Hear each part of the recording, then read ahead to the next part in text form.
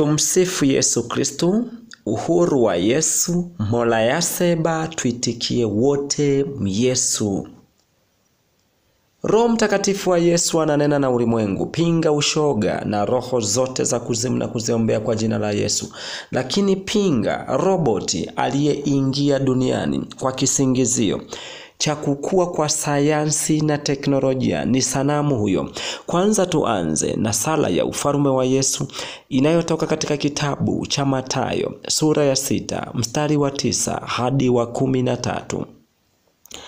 Baba yetu uliye mbinguni, jina lako litukuzwe, ufalme wako uje, mapenzi yako yatimizwe hapa duniani kama huko mbinguni. Utupe leo riziki yetu, utusamehe deni zetu kama sisi nasi tuwasamehevyo deni wetu, na usitutie majaribuni, lakini utuokoe na yule muovu, kwa kuwa ufalme ni wako na nguvu na utukufu hata milele. Amina. Kama kujiunga na chaneli hii ya ufalme wa Yesu ndio leo, ni vyema sana kufuatilia vipindi vya nyuma na hiki mpaka mwisho, utabarikiwa sana. Kumbuka neno la Mungu limebeba uzima wa milele, limebeba uzima wa milele, limebeba uzima wa dunia hii, limebeba baraka zote za roho na mwili kwa wale wanaotii sauti ya Mungu wa mbinguni. Leo tutajifunza siri moja ya Yesu Kristo inayotoka katika kitabu cha Timotheo wa pili sura ya 1. Siri hiyo inasema himizo katika imani ya Yesu Kristo. Timotheo wa pili sura ya 1 mstari wa 1 hadi wa 18 inasema: Paulo mtume wa Kristo Yesu kwa mapenzi ya Mungu, kwa ajili ya ahadi ya uzima ulio katika Kristo Yesu. Kwa Timotheo mwanangu mpendwa, neema na iwe kwako na rehema na amani zitokazo kwa Mungu Baba na kwa Kristo Yesu Bwana wetu. Namshukuru Mungu nimwabuduye kwa dhamiri safi tangu zamani za wazee wangu, kama vile nikumbukavyo wewe daima katika kuomba kwangu usiku na mchana. Nami natamani sana kukuona nikiyakumbuka machozi yako, ili nijae furaha, nikikumbuka imani ulionayo isiyo na unafiki, ambayo ilikaa kwanza katika bibi yako Loisi na katika mama yako Eunike, nami nasadiki wewe nawe unayo. Kwa sababu hiyo na kukumbusha,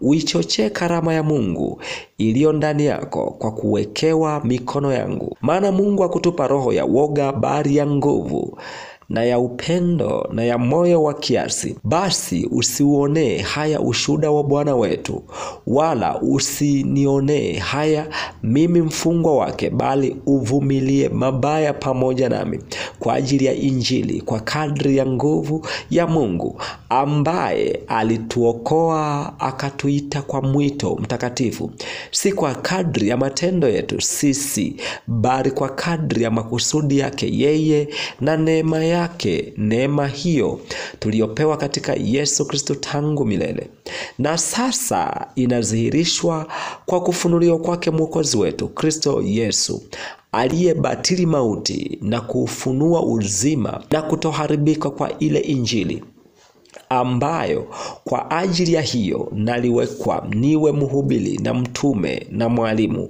Kwa sababu hiyo nimepatikana na mateso haya, wala sitahayari, kwa maana namjua yeye niliyemwamini na kusadiki ya kwamba aweza kukilinda kile nilichokiweka amana kwake hata siku ile.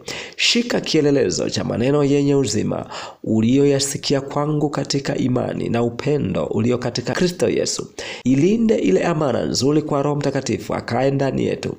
Waijua habari hii ya kuwa wote walio wa Asia waliniepuka, ambao miongoni mwao wamo Figelo na Hamogene.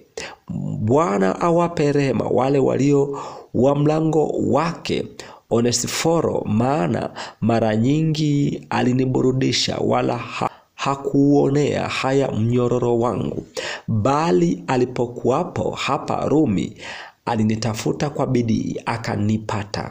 Bwana na ampe kuona rehema machoni pa Bwana siku ile, na jinsi alivyonihudumia kwa mengi huko Efeso.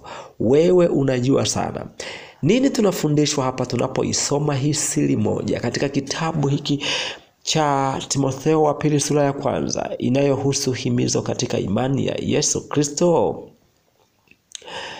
Tunahimizwa tuishike sana imani ya Yesu Kristo katika injili yake, maana injili ya Yesu Kristo imebeba wokovu wa vitu vyote katika ulimwengu huu kwa wale wote wanaomwamini Yesu Kristo na kuiishi sheria yake. Asanteni sana. Ombi: Yesu Kristo, msaada wa wanyonge, tusaidie watu wako wote ulimwenguni tupate kudumu katika upendo wako na kuwa na mwisho mwema.